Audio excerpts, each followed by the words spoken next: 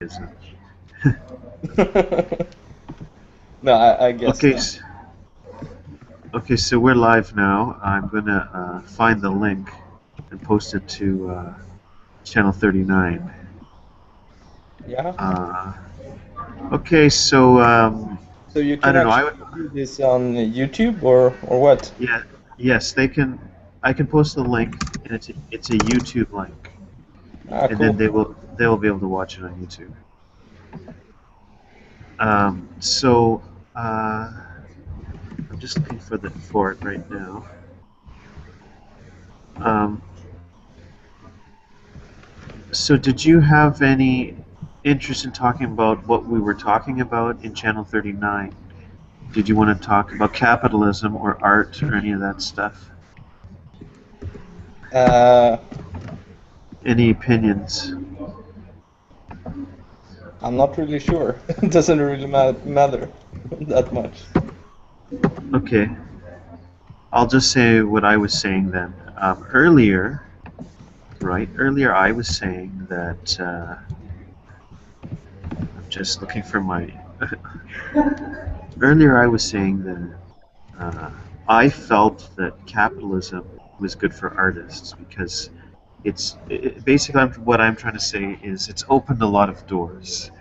It's created a lot of opportunities for artists. So let me make that my premise. Capitalism has opened a lot of doors for artists and created a lot of opportunities for them. So I'll just start with that. Yeah, well, Any response?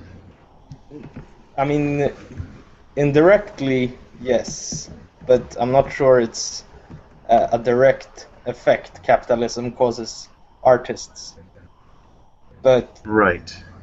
capitalism has caused kind of technical tools so artists can use them and do whatever,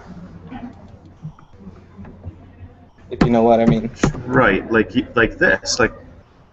Yeah, Like this like this, hangout. for example. Now, yeah. Okay, so let me say my. I'll bring up an objection myself. You could have. You ever heard of? There's all these websites called where artists can upload their MP3s for their band. Like for example, SoundClick.com. Have you heard of that site? No, SoundClick.com. no. Okay, so an independent artist can create a song and then upload it to a site called SoundClick.com. They have so many megs that they offer for free, and then after that they offer premium service. But there is a free account, and then there's a premium account. So What what was the website? Sound Soundclip.com. SoundClick.com. SoundClick.com. So the artists create songs and they upload it to the site. So what I would suggest is because music kind of has paved the way for other artists, and now you're seeing writers and other types of artists sort of following the same path of what music was doing about 5 years ago, right? Which is, they upload like iTunes perhaps is even a model of artists. There's a lot of independent artists now allowed to upload their songs and try to sell them on iTunes. There is a process they have to go through to get approved to sell their work there. So, Sure. but anyways, in the case of like using SoundClick as an example, I'll actually say a criticism of my own point of view. Okay, uh, so let's say artists either start uploading songs to either iTunes or SoundClick.com, and let's say they start to sell a lot of songs, right? Well, then other people who maybe aren't what we would call artists, quote unquote artists, they'll jump on that just like a business, right? They'll start just creating music as a business, and actually, that's what you've seen happen. Is there's a lot of people just doing it with no, perhaps they have no talent, but they they can figure out how to sell an MP3, and maybe they jam up the all the potential buyers for these songs. Maybe they jam all that up with a lot of sort of almost like spam, I guess, or bad music or whatever you want to call it. And now the real quote unquote artists, maybe they have a hard time getting heard, right? So Mm. I'll throw that out there as an objection because I've thought a little bit about how the vast majority of stuff is not going to be art. It's not going to be good music. It's just going to be crap. It's just going to be absolute crap, actually. So uh, But it depends what you like, of course. it depends on what you like. And my thinking is that the quote unquote entrepreneurs will they'll create some kind of pop music, or they'll create something that appeals, something that sells, and so they will always be they will always sell the most songs, and they won't necessarily be the most artistic people. But the way I look at it is, let's say those people start doing well on a site like SoundClick or iTunes. They start buying some of those premium services. Usually, like on SoundClick, for example, one of the premium services is to advertise your song on other parts of the site. Another one is to build a CD and sell your CD. So you start buying some of these premium services, and now SoundClick makes a profit, and maybe they expand their capabilities, and maybe they offer more free services. I've noticed this over the years that they've been up, that more some of the free services have been expanded as I guess they've had some success. So do you have any response to what I'm saying there? Well, I don't know. I mean, mm, I don't really know what I think about it, since it's also a definition what art is. And, I mean, just the fact that I'm just thinking about what you said earlier on Channel Right. 39, that capitalism was was making it easier for artists to do art. Yes. Um, but uh, this also means that in a capitalist world, you really need to sell your art, and then only art that a lot of people likes will be able to be what you call created in some way. And then I'm not really sure that real art would exist in some sense. It's only kind of these popular, very popular things that people can actually live on. Um, okay, so Otherwise, it's just a hobby art, I guess. right now, of course, I'll just be upfront and say that I sometimes throw out some big claims in Channel 39 to try to get a discussion going. Some people call that trolling, but Yeah.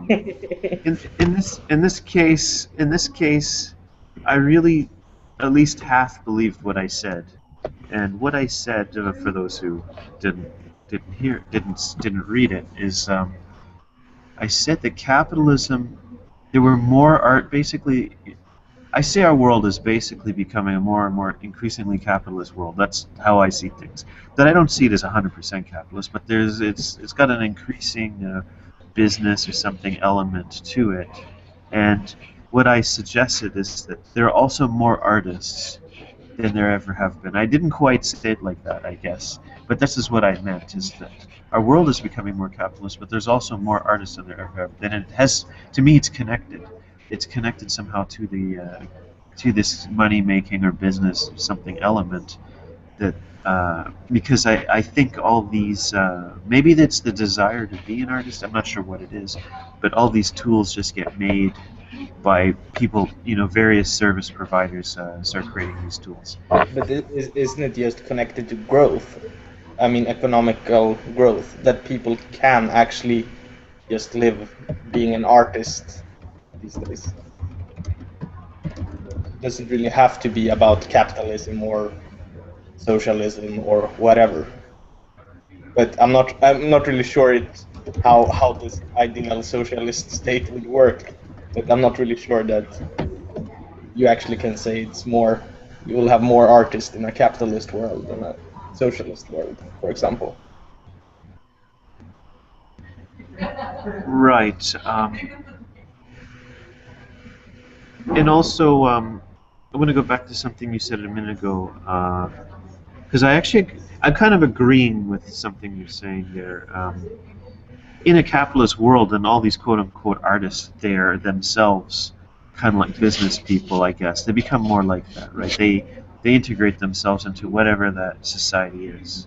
Uh, I just want to mention that for Mozart and I believe Bach was also in the same position. They basically had a patron. They had a patron paying for them to be able to write music all the time.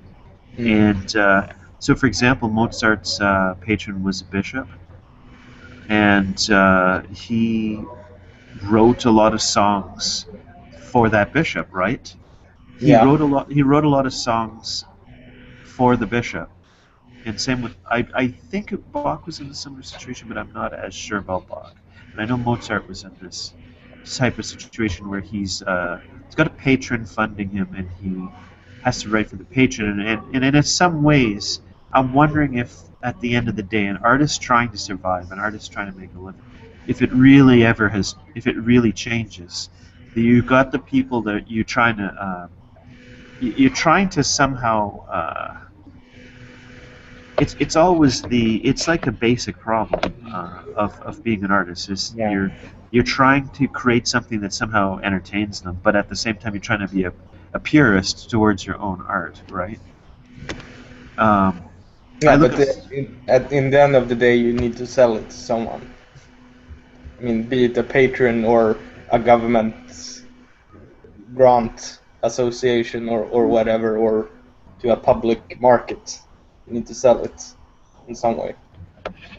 yes, it's some on some level you have to kind of sell it, right? And even Mozart had this kind of compromise he had to go through. And you got to imagine some of the level of skill of Mozart trying to talk to someone and get money from them who basically knew nothing about music. I mean, that's the situation he's in. So, um, but it's the and could he? I don't know if it was humiliating for him, or maybe he didn't. Maybe he loved his situation. Maybe he just thought he had it great. But I don't know, but I can imagine at least some artists of today thinking that that side of selling their art is something they don't like. That feels like they're prostituting themselves. I don't know. So I, but I sort of accept that as a problem, but I wonder if it if it's a sort of eternal problem, if it's really a capitalist problem, or if it's a problem of any artist in any society. Because the artists in the Soviet Union wasn't it the same thing? They have to convince the state to fund to let them do art. I mean, every society it's the same thing, isn't it? Sure. Um, well, I do one know one kind of true artist in that sense, and she just gets her welfare check every month and just paint. Right. But no one except her friends sees her paintings, I guess. True. Now, of course, in this day and age, she could at least put it on a blog or something, right? She could put pictures of it on a blog. Yeah, But yeah, sure. I have a friend. I have actually quite a few friends, and the area I live in it has quite an artistic community. And what they have, like they've got Facebook. At least this one particular friend, he's got a Facebook account, and he has a lot of his sketches from his sketchbook on his Facebook account, and people can actually go through his photograph section and look at a lot of his sketches, and a lot of them are really interesting. Um, and this is a guy who I have actually tried to. I'll just make a full disclosure here. I'm myself trying to become a writer, and Mm. I tried to talk this guy into doing a comic book with me, where I would write the script and he would do the pictures. And it didn't ever quite. We never quite came to an agreement, and I always felt that there was something a little too commercial about what I was offering for what he was ready to do. And I never tried to push him too hard because I knew that he just wasn't ready. Right? So Also, um, when you do something like that, you I really need to be sure that you do want to do the same type of comic. Otherwise, it wouldn't really work. You can't really write something for his image. yeah, You can't make images for your text in some way. yeah, Kind of need to work true, together.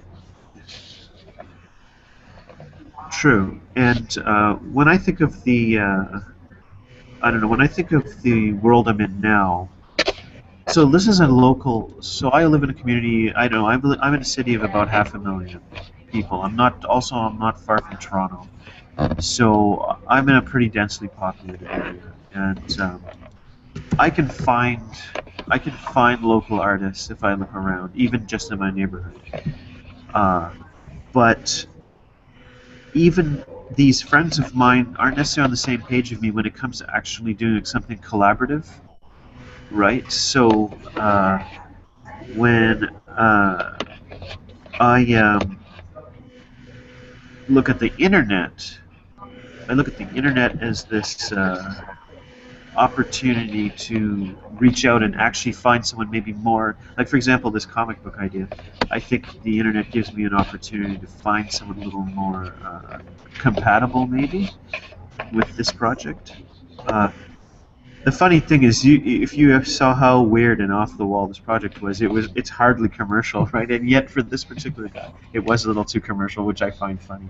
But uh, yeah, so that's a little bit of my own experience in this sort of thing, trying to work with local artists and stuff. Um, I will just mention also, in terms of writers, there's all kinds of opportunity. There's self-publishing now. It's like there's an explosion of it because Amazon offers a self-publishing service called CreateSpace. I don't. Have you heard of that? CreateSpace. Create space.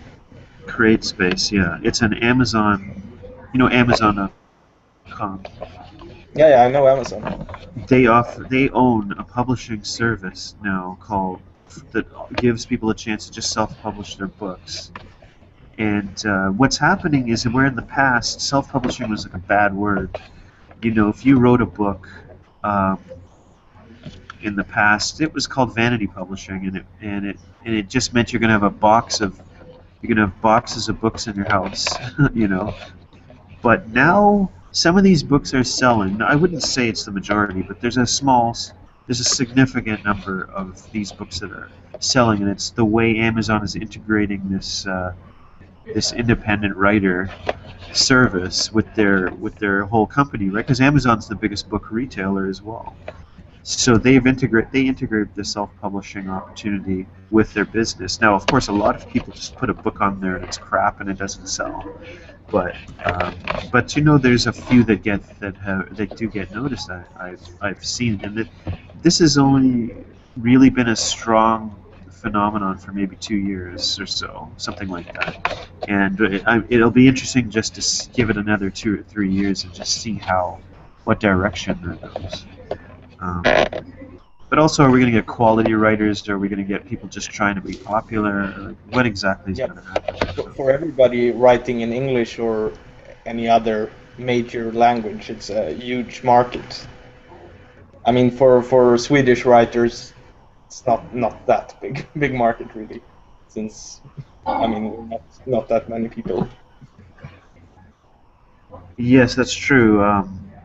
And also, does that mean, like, I actually know a story about a Swedish artist, and I'll come to that. I'll come to that because it's kind of an interesting story. But but getting back to what you just said, does this mean that it, for a country that's not the mainstream language like Swedish, Mm. do they need more government assistance for artists? I guess that's a general question. Do they need more government assistance for artists Probably. because they're not a mainstream language?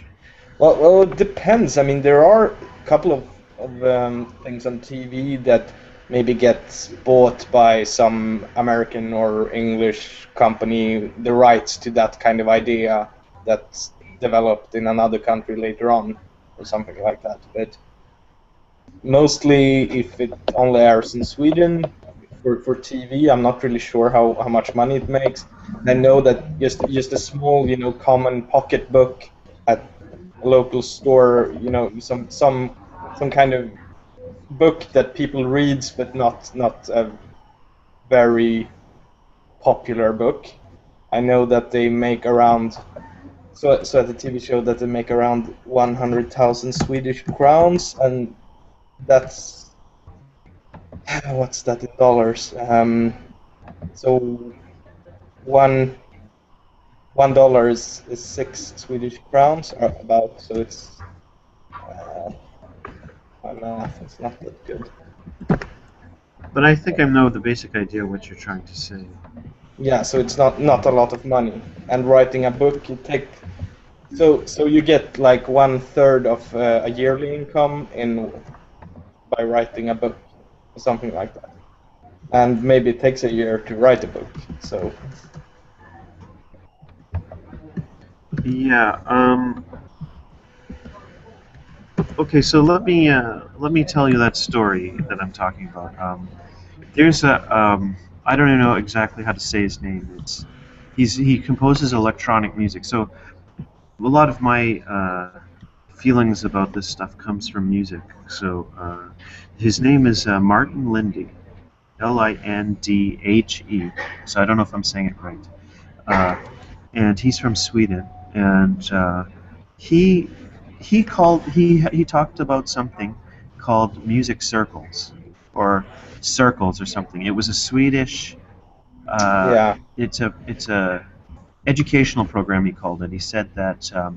So he said what he and some friends did is they applied to get an educational program started for music, electronic music, and then the government bought them all these electronic keyboards, and you can imagine, right? They said all this equipment, and yeah, he said they had this incredible studio of digital equipment, and they started composing music, yeah. and There's a lot of that thing going on, actually. I mean, I think actually just across the street from me, they have this kind of studio for people in these kind of circles, what they call. yes, I'm not right, really sure about the equipment, but you can get a couple of thousand every month. But it also depends if you sign up as an open group, which means that everybody can come and join you, and you have to kind of teach them. I see. But if you are a closed group, just a few friends, kind of exploring an instrument or something that you can claim to be educational, which could be even something like exploring chess strategies, I guess. Maybe. Sure, maybe. um, You know, you could probably get away with such a scam.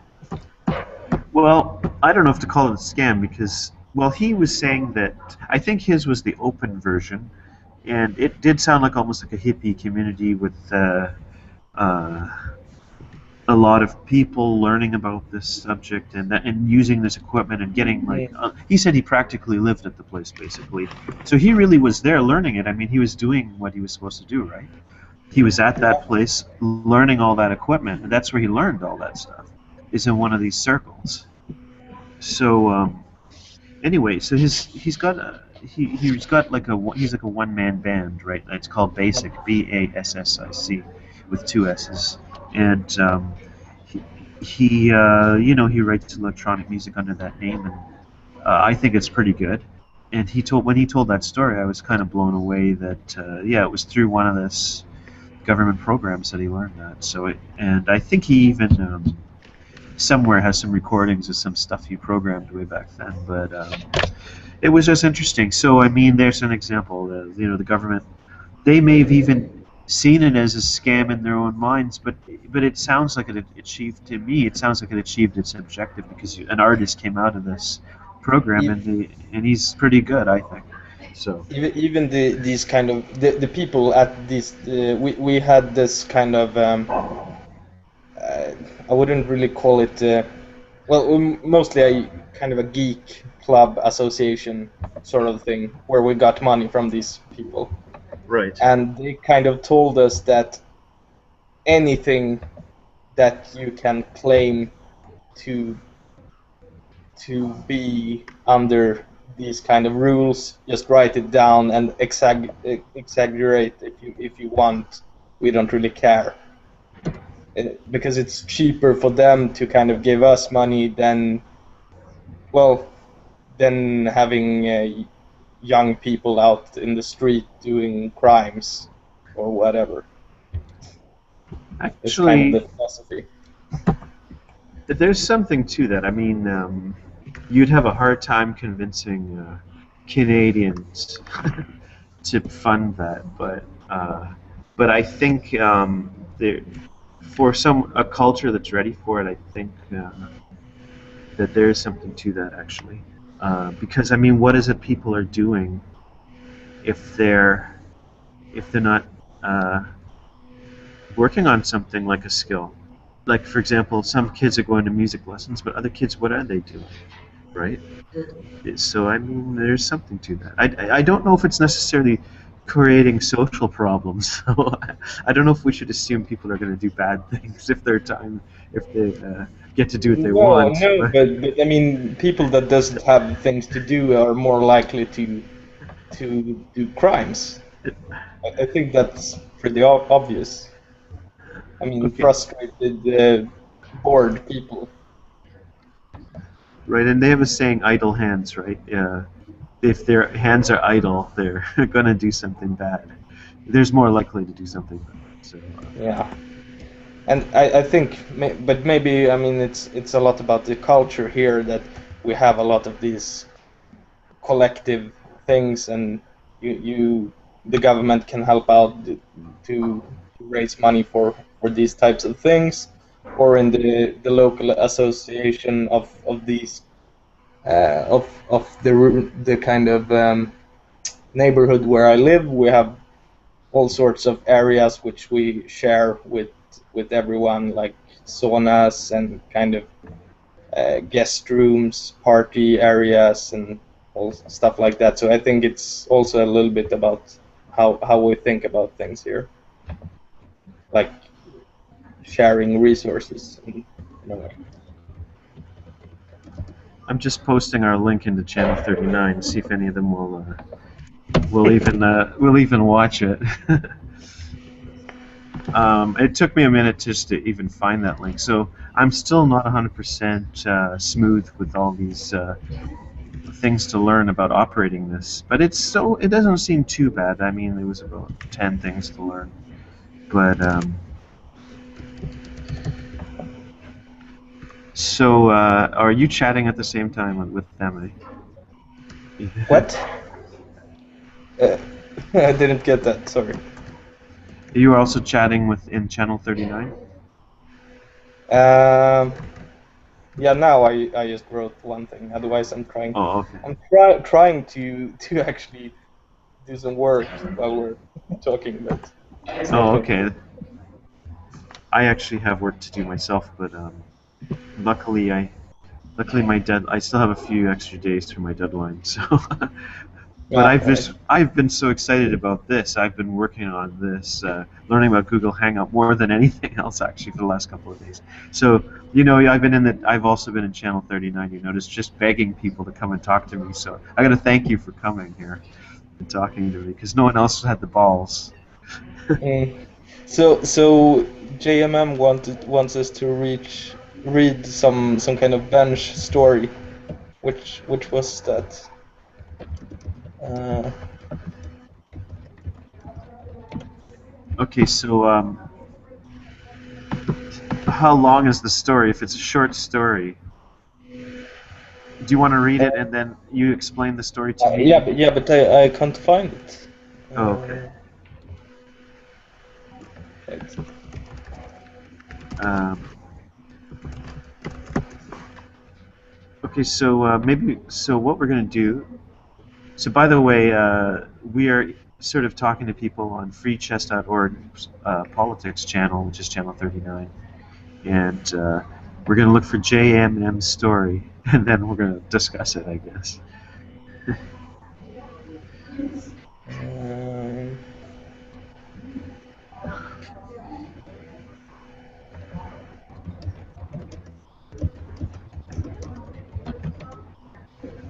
I'm seeing if Grovel will join us as well.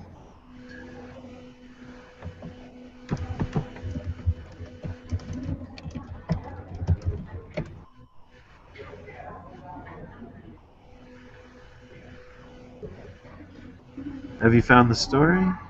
no, he said scroll up, but I'm not sure how far. Okay, so Grovel says he'll join us, so I'm just looking for my method of.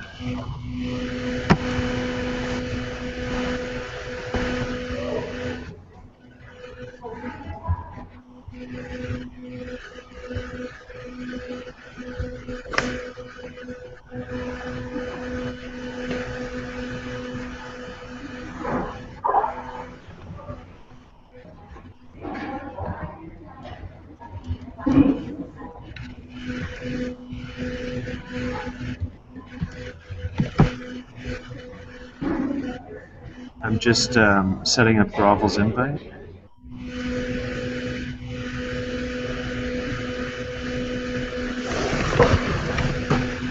So he's saying something about a bench and an open beer can, or did I get that wrong? I'm not sure. Well, while we're trying to figure that out, I have another question. Earlier, he was talking about you and him were talking about €3 beers, and you said was one of you said No, no, no. It was a €3 wine bottle. oh, wine bottle. Ah, okay, And that so makes more. I didn't even more understand because I didn't understand how €3 was inexpensive, but I guess it is inexpensive. I guess. you would probably have to pay 6 or 7 euros for a wine bottle here. But in But, our but liquor stores, you can find pretty cheap wine, but it's not as good. It's not doesn't taste as good. yeah, all right. Well, I don't really buy that much wine though, so can't really say what's good or bad. But they have this kind of maybe the cheapest kind of normal wines are 6 euros, maybe above, something like that.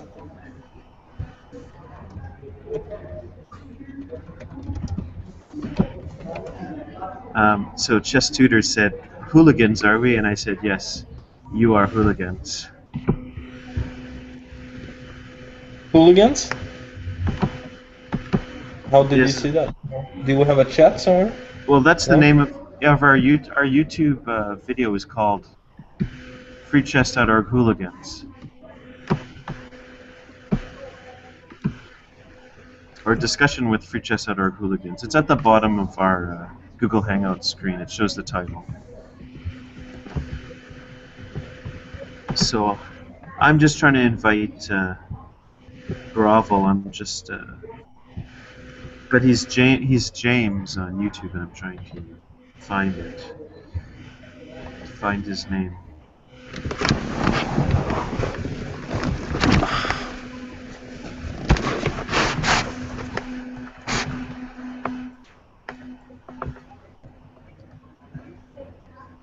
So Magnus, what kind of work are you doing? I'm actually it's a little bit hard to describe. It's actually for my master thesis for the university, but tomorrow it's sort of like I'm meeting another research group, I see. and I'm gonna present my work, and they might want to use it, or Okay. they said they want to use it, but I haven't really presented it yet, so we'll see. Can I ask what field you're doing research in? It's distributed shared memory. Um, which is kind of a way to have coherent memory between different computers, if you so want to say it like that, in a network.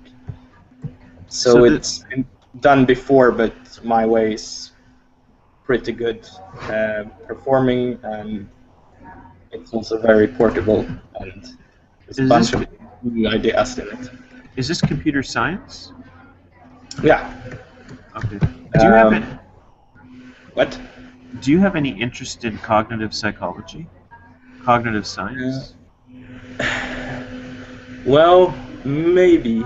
I actually registered for a course in that, but I didn't take it. So No, we had this course with it was called Human-Computer Interaction, and I mean it could have been interesting because it was a lot of about cognitive psychology as well, but the teacher was so bad and unambitious, so really I don't know. I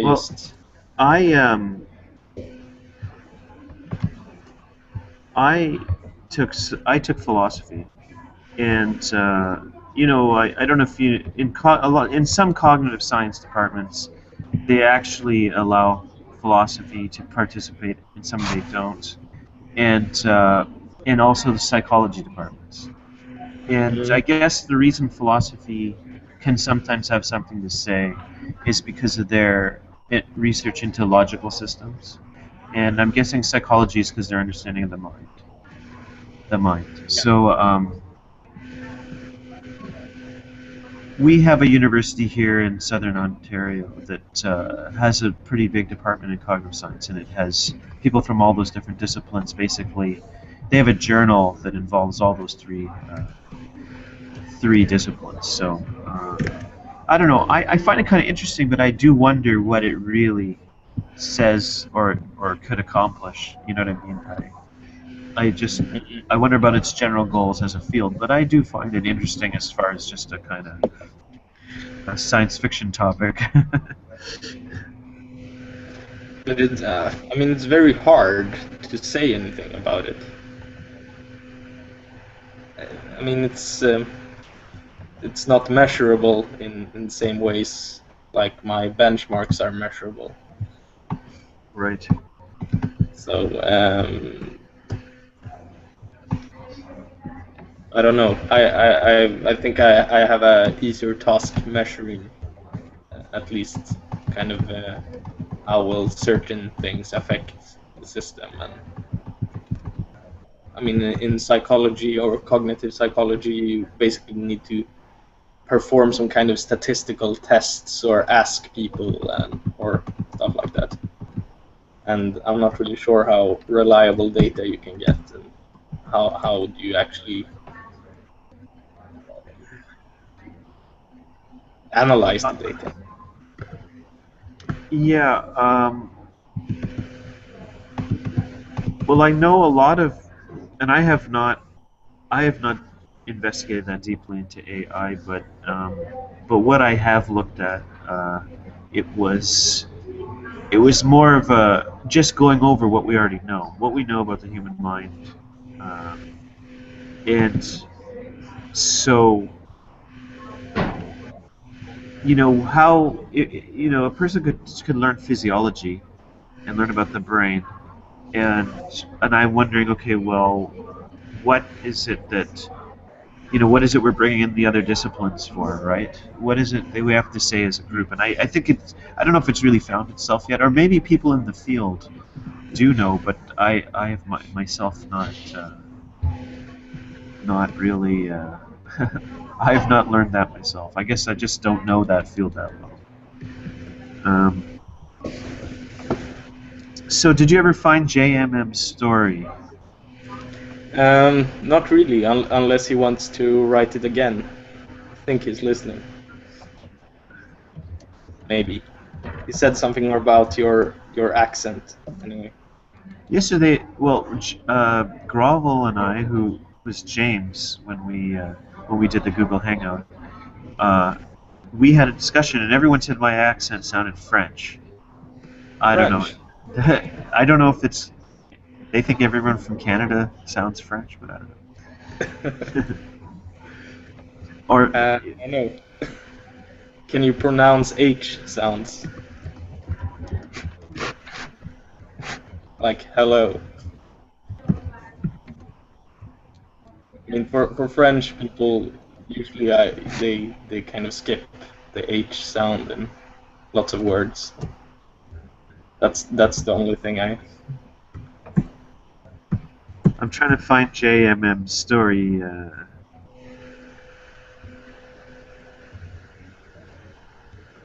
See, this is where you need a third person, so the two people could be talking while the other person looks for the story.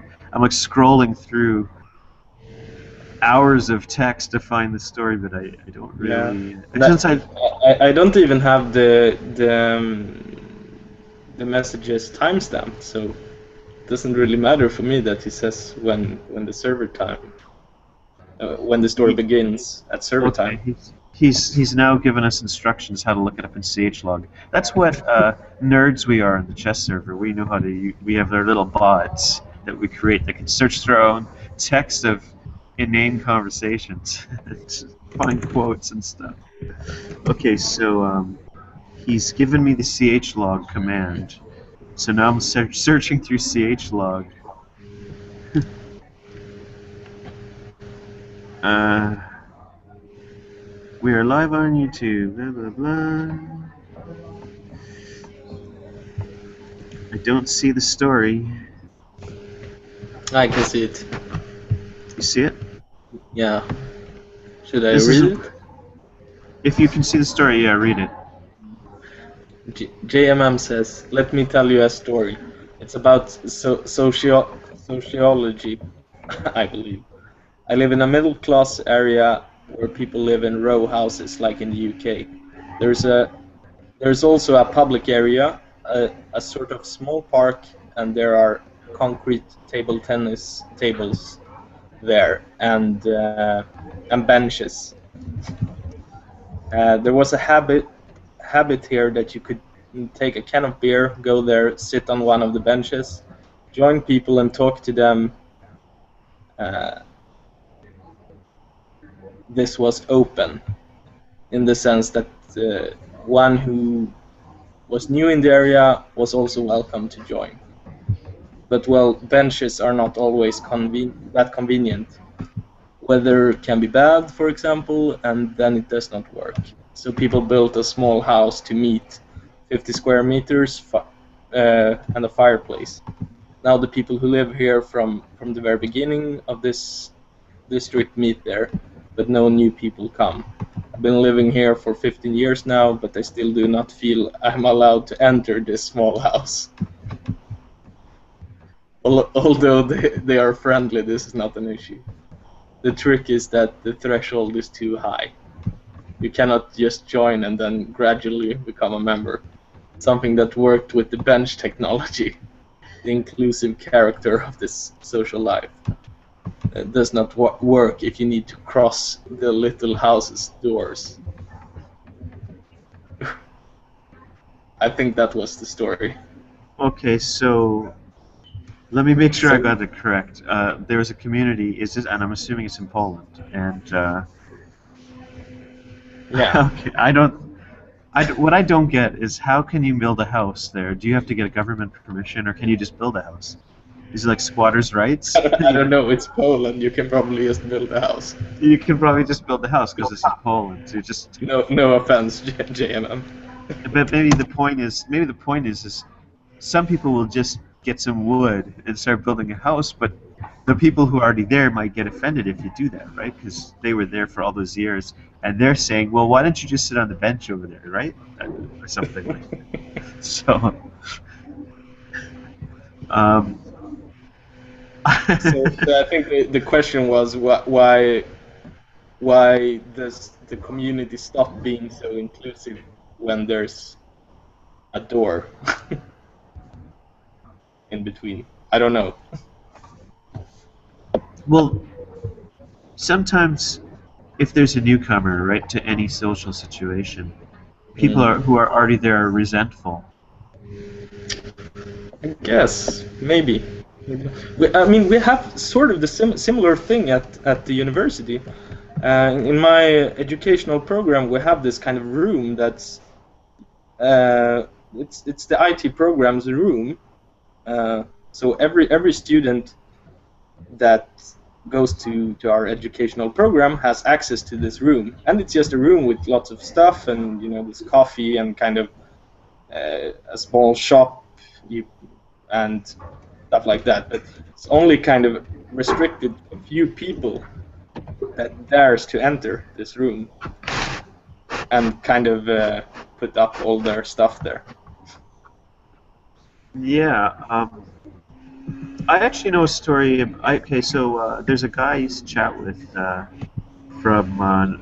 This story takes place in Norway, but this particular gentleman is actually from. He's from Bosnia. He's from Bosnia. So what happened is during the war in the 90s.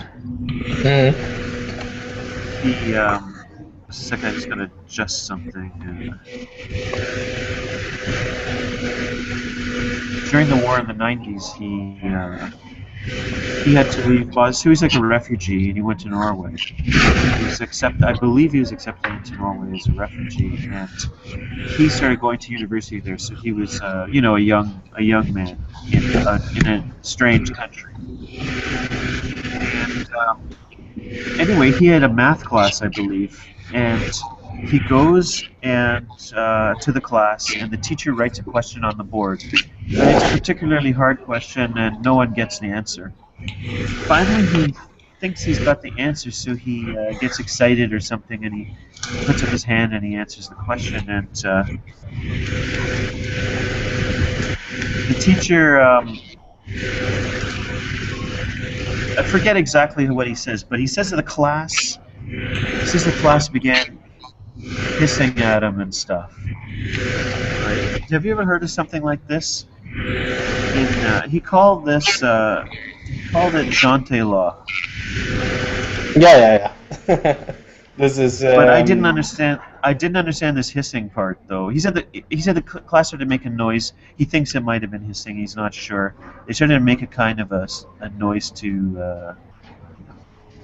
I guess that they. This is something that's common in. Well, it's maybe a little bit older Scandinavian culture, and it's changing a little bit. But it's like you shouldn't try to be better than everybody else, because then you're just trying to be an asshole. And I'm sure this guy was an asshole in the way he answered the question too. Yeah. He's trying to. He probably was somehow trying to show he's the best, but at the same time, I also was wondering. You got the combination of the. Because I'm sure this isn't just the fact he's an outsider, but he is an outsider in this case. I'm sure that usually this doesn't apply to outsiders as much as it applies to people that are originally. I don't know. I mean, Sweden and Norway are pretty similar, but I can only speak for the Swedish culture. But this usually applies more to Swedish people than to newcomers to the Swedish culture, I would say. Right. Because, so anyway, fast forward about 5 years or something like that. I spoke to this guy. He told me the story way a long time ago. Then, in a more recent conversation, I brought up the story again because I'd always found it an interesting story about Scandinavians. And now he had been living. I don't know. He had been living in Norway perhaps 10 years, let's say, by the time I spoke to him the second time. And he said, "Well, a funny thing has happened. He felt that whole aspect of the Norwegian culture had become a part of himself, that he accepted Jantelov, that it was a part of himself now, and that he was becoming Norwegian." That's what he told me. That there was I guess there was something about it he basically accepted. That's what he told me. Yeah, well, I guess in some way it's the thought that, I mean, everybody is worth the same and kind of no one's better than the other. So, okay, so is we got any more stories to tell, or do you have to get some work done?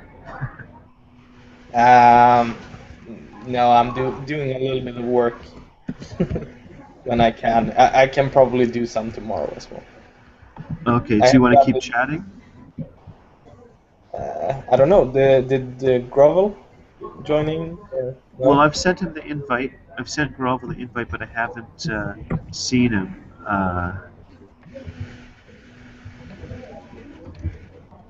All right. The big thing in American politics, of course, is Obama gave a State of the Union speech. I don't know, did you follow any of that? Not really. I've been so busy with other stuff. Uh, what was that? Um, so Obama gave a speech, but I didn't. I haven't seen it yet, so I can't comment on it. The one thing I asked Channel 39 earlier today is if he talked about spying, right? Yeah, I think they said something about on the news that he would want to use his power as president, or I mean he can do stuff without asking the what's it called, Yeah, the Congress. the Congress. Yeah. He can use some power, and the news here said that he said that he would try to may do use some of his powers without asking Congress where he can affect issues he want to affect, something like that. Okay, so Chess Tudor, who is listening to us, said that there were three rebuttals to the State of the Union. So I'm assuming Obama gave a speech, and then by three rebuttals, I guess three different people uh, made public statements uh, uh, against, responding to Obama. Yeah, I'm going to guess, I don't know. I call him Boner. I don't know his real name. I call him Boner. Yeah. that's The, kind of Repu- a big name. the Republican who leads the House of Representatives. He says Obama plans on using that to raise minimum wage for government contracts. Yeah, Well, I got a comment already, and this is something about American politics I've noticed. Politicians, like, and minimum wage is a perfect example when it comes to Democrats. Politicians in the U.S. will they'll throw an idea out there that's sort of popular to their supporters, and they don't care if it passes or not. They don't care, and what they're trying to do is just they're they're trying to just they are going to pursue it, but they're not ultimately they don't necessarily care if their policy becomes law or not. I don't know if you're. Did you but isn't follow? this true for every politician? I mean, they kind of state what they really want to happen, or kind of some ideal situation. I think it's true in the sense that people will try to accomplish something that they believe in, even though they know it may not succeed. I think that side of it is true. But in U.S. politics, I noticed that policies that have no chance of passing through their system. The U.S. system. There's a lot of ways to stop a bill from becoming a law, and so a lot of things just can't get through the system. So maybe it's an American thing that you just put your best face on and you try to do it, even though you know it's not really going to pass. I don't know if you remember this, but when George Bush was the leader, the president of the United States, he wanted he wanted to privatize healthcare. Mm. Not healthcare, sorry, retirement. He wanted to privatize the retirement, the pension system. We call it pensions. They call it social insurance. So I will use the Canadian term, which is pensions. They wanted to have a private I don't really pension. remember that, but how would he privatize it? Oh, they came up with this. They came up with this scheme where everyone would give 4% of their earnings to a bank, and then it would be in a private account, and you'd have certain rights to do with certain things with this income. With in terms of investments, like you can invest your retirements into certain things. Like they That, came up that, with this. that sounds exactly like the system we have here now. Okay, so they were talking about bringing that into the U.S., but here's the thing: a few years earlier, Bush on the when he was campaigning said he threw out private pensions as one of his. It was one of his campaign promises, and I never. As soon as I heard it, I never really believed it had a chance of passing. Just in the American climate, I just knew it just had no chance, and I wondered why is he bringing this something up that will never even have a chance, and. Then later, when he was trying to do it, I realized, well, he's just gonna go through the motions of trying to pass it, and then sure enough, that's what happened. They spent about 2 months trying to pass it, and then eventually it got shot down. And I realized it's just a kind of dance they do. They just go through certain motions. They try to do it in a sense, and then it gets shot. I guess it was one of those Well, things. of course they can do it for a lot of reasons. I mean, first of all, if they have this thing, then Yeah, people maybe you can draw people's attention elsewhere. And sure. also, when it doesn't pass, you can always blame someone else. So, See, that's the answer I expect from a chess player, right? That's it. You see, I know what you. It's almost like a gambit pawn, right? yeah. He gambits a pawn, and then as the other guy's going after the pawn, he makes a move somewhere else on the board, and I'm sure that is ultimately what he's doing. He sets out during his campaign a whole bunch of possible ideas to choose from, a smorgasbord of possibilities, and then when he's actually governing, he picks which ones he's going to pursue. I don't know if Obama said he would close Guantanamo Bay. Do you remember that at all? Yeah, wasn't that one of his uh, promises Yes, but in both elections? yeah, he said he would try to close Guantanamo Bay, and then he spent about a month. Didn't he say he would close it, not try? Well, I think that that's just how he talks. Yeah, I don't yeah, think of course, he's a politician. You I can't really trust him. I suggested in Channel 39 that Obama knew he couldn't do it when he made the promise. I suggested that in Channel. I don't, and I wasn't exactly trolling when I said that either. I But, honestly believe that but can't he Obama. do it? Can't he do it by himself? No? I think I think I he mean, he could, but probably can do it. Obama has proven that he wants a certain amount of consensus before he does anything, and that perhaps is a good thing. I don't know, but the various leaders in the U.S., some of them state leaders, because they gave some resistance, he caved pretty fast on Guantanamo. As soon as they started giving him a little bit of heat, he backed off, and that was done. He pretty much didn't want to really take, like, he wouldn't put his career on it. Let's put it that way. Like, he would probably have to. He would have the same way that he kind of staked his career on healthcare. He really did. He put healthcare on the line. He said, if I go down, I go down with healthcare. He's not going to go down with Guantanamo, basically. He could have probably done that, but he decided not to. Yeah, but what does he have to lose But now? yeah, there's this general idea. At this, maybe he could do it now that it's coming to the end of his career. But um,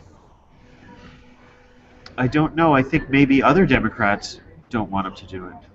You know, I can only guess that there's political problems for bringing all those guys into the United States. Yeah. Right. First of all, they'll get trials. you Mm. know, And also, they'll if he get due closes process. Guantanamo, then the next Democratic candidate can't promise to close it. Yeah, right. But I don't think if it's Hillary Clinton, I don't think she will. She's a lot. I don't know if you noticed this. She's a lot more hawkish, a lot more tough. I don't No, even no, know if I have she'll no just. idea I about you know, Hillary. them. At least that's the impression I get of her. Maybe it's just a persona, just the way she portrays herself. But I get the impression that Guantanamo's not going to close under Hillary. Let's just put it that way. So, uh, so no one is. So Chess Tudor says Congress won't let Obama move Gitmo prisoners to the U.S. So I've had this discussion with Chess Tudor in the past, and he consistently defends Obama, and I mean this in the nicest possible way. He's saying that it really isn't Obama's fault in all the debates we've had on this.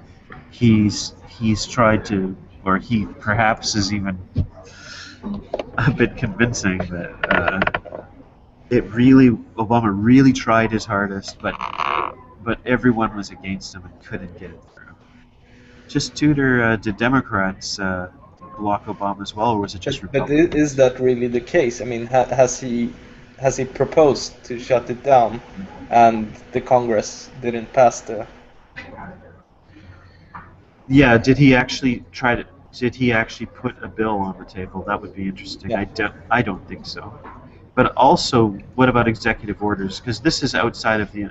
I don't remember the exact legal status of Guantanamo, but if it's not, I don't know if it's technically U.S. territory or if it's if it's just a territory if it's the country. But depending on what it is, he might be able to do it with an executive order. But one of the problems was where to bring the people. Once you close the prison, where do you put the people?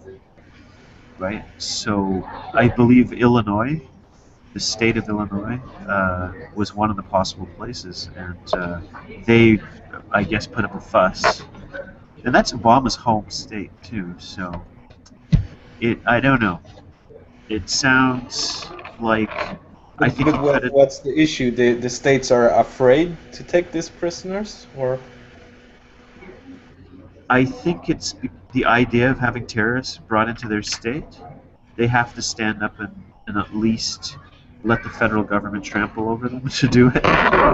They have to kind of throw their body in the way or something. I don't know, like political metaphor there. They have to kind of stand in the way and make make a fuss about it so that if those prisoners are brought to Illinois, at least they stood it. At least they blocked that and caused problems. I don't know. That's my guess, and I'm gonna guess that it's so okay. So Chess Tudor has responded. He said, "Gitmo is owned by Cuba. It has been rented to the U.S. for 100 years or so." So I've often wondered about that contract and which leader of Cuba made the deal because I don't actually know that aspect of history. I'll have to look it up. I'll have to wiki it. And how much do they pay? And what's the rent? Chess Tudor says Illinois won't let Gitmo guys in NIMBY. I'm assuming that's somewhere in Illinois. Mhm. Uh, so But I anyway, mean, if it's owned by Cuba, yeah. if the U.S. just leaves, isn't it Cuba's problem? You see, let me give you my opinion, and it's gonna. This Chess Tudor is not gonna like what I have to say. I'm just, I'm just gonna put that up front. He's not gonna like what I'm about to say. I think that because Guantanamo Bay is in this legal area, right? All these prisoners are not in U.S. territory. They're in this hazy place. It just gives Obama options. For example, and I'm going to say this, especially with regard to interrogations. It gives him options that he doesn't have once those guys come into U.S. territory. One thing, when I was following the debate on, I don't know, did you follow any of the debate on combatants last year or 2 years ago or No. something? So, people who don't fight in a war, okay, in a war, people who don't have a uniform on are called combatants. Okay. If you have a uniform on, you're a prisoner of war. If you have a uniform on, if you don't have a uniform on, you're a combatant. So what's happening is whenever American soldiers arrest someone, they label them combatants. You see what I'm getting at? Because under the Geneva Convention, they got a lot more leeway what they can do with that prisoner. Now I know I've presented that in a pretty cynical way, but that's just how I see it. Uh, so what's happening is Guantanamo Bay is also it's a similar philosophy about keeping yourself flexible. And the U.S. is right now it's the only quote unquote world power, but what that means is it has a lot of assets and territory and bases outside of the United States. And legally, a lot of this stuff is in a gray area. So where the laws are very strict, in fact, civil rights in some ways in the United States is much stronger than in Canada.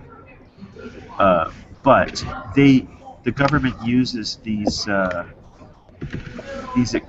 foreign territories to give themselves flexibility. For example, when they deal with prisoners and when they interrogate them and that sort of thing, they bring all those guys back to the U.S. and they're going to they're much more legally limited than when they have them in some place that's outside of the U.S. So that's my opinion on it. I'm sticking to it, and I believe that's a primary motivating factor for Obama's behavior, much more than some guy in Illinois saying, "Don't put the prisoners in Illinois." That's my view about the whole thing. Is that he's kind of Obama. Once he became president, he he had some hard things to learn, and he had to actually. I believe he had to actually depart from some of his ideas because they were shown to be naive. They were shown to be naive because the people he's dealing with in the Pentagon, they they're on the one hand they got much more years of experience dealing with all these foreign powers. Like, Obama said that he was going to speak to every enemy of the U.S., including the leader of North Korea and Iran, in his first year in office. That was a campaign promise. It was said during the debate in 2008. That just shows Obama's naive. Okay. So what I'm saying is, well, that has proven to be true. But this isn't necessarily a bad thing about Obama. It could be a good thing in the sense that he's in there and he really tried. He really had some ideas that maybe they don't work, but he didn't. I don't know. It depends on how you see it. I think I almost contradicted myself there, by the way. We'll see if anyone's got the balls to point that out. Okay, so Chess Tutor's made another comment. Chess Tutor says, Maple, even some Dems won't let Obama close the prison in Gitmo. Okay, so he's referencing, definitely when I spoke to Chess Tutor in Channel 39, he was able to give a lot of examples of people giving Obama a hard time about this prison. So there's the counterpoint right there. I'll leave it up to the audience to decide. We have 2 viewers, so I'll leave it up to the 2 viewers to decide. One of them is Chess Tutor. Yeah, right. Chess Tutor is one of them. So I'll leave it up to our one viewer. You tell me if you think is Obama the cynical person who made a promise that he knew he couldn't keep, or was he an idealistic but naive person who he made the promise and he just was blocked by even people in his own party. He did his best, but everyone went against him. So you tell me, our one viewer, you tell me what you think. I mean, in this case with Guantanamo, there's so much things that civilians don't know. I bet. So yes. The problem is probably a lot more complex than we can really understand. Yeah, one of the guys was a German citizen who he was in there for 7 years. He finally got released, and then he wrote a book about his experience there, and It was pretty bad. They have a tribunal there at Guantanamo that actually ordered him released, and they overruled the tribunal to keep him there because he wouldn't sign a confession, basically. So it's pretty sick, I think. I think when you're in that situation, when you have a when you have a loophole to your own rule of law, what it does is it encourages you to operate outside the law when you can, when it makes things easier for you, when it makes things convenient. You operate outside the law. That's just what it seems to me. I'm just making an observation. I don't know 100% if it's right, but it just seems to me how they're thinking about it. Uh, so I'm just checking if I actually. think we actually had a Swedish guy in Guantanamo as well, but I'm not really sure. I mean, obviously he was Swedish slash something else, but Well, you see, in the case of the German guy, he was in Pakistan when they picked him up, right? But the yeah, point, I think I remember this guy. yeah, they picked him up in Pakistan, and then they sent him. The Pakistan police took him off a bus. So, and then they put him on. But this They this took, also sounds like the Swedish guy, so I'm not really sure. But maybe it's because similar. this story is probably. I hate to say, but this story is not unique. Um, they had basically. I don't know how else to term it, but I would describe how they were picking up prisoners as almost a kind of a sweep. They had offered Pakistan like on any kind of suspicion, the Pakistan police would be paid to bring in suspects. And so this guy sitting on a bus, I don't know if he couldn't answer a question, or I don't know exactly. I don't know the details of why they arrested him on the bus, but it was at least the way the German guy described it. It didn't sound like it was anything legit. Yeah, I could understand someone being taken to a police station for questioning, but no more than that. And he was handed to U.S. soldiers in Afghanistan on the Afghanistan border, and then they put him in prison in Afghanistan, where he was beaten and tortured, immediately. And then the feeling I get is once they realized that this guy just isn't anything to do with terrorism or related to any of that. Now they felt stuck that they couldn't let this guy go, and they kept asking him to confess every time. Like for example, when the tribunals said there's no reason to keep this guy, you need to release him. When their own uh, kangaroo court said that, they asked him to sign a confession at that point after the tribunal. It was kind of it, it's it makes you real. Have you ever read the book 1984? No, I've started to read it, With but George Orwell? yeah, Uh, I know the book. the idea of a police state and cracking down on people. And, Yeah. so what I realized following this kind of story about Guantanamo, is that this stuff in 1984 is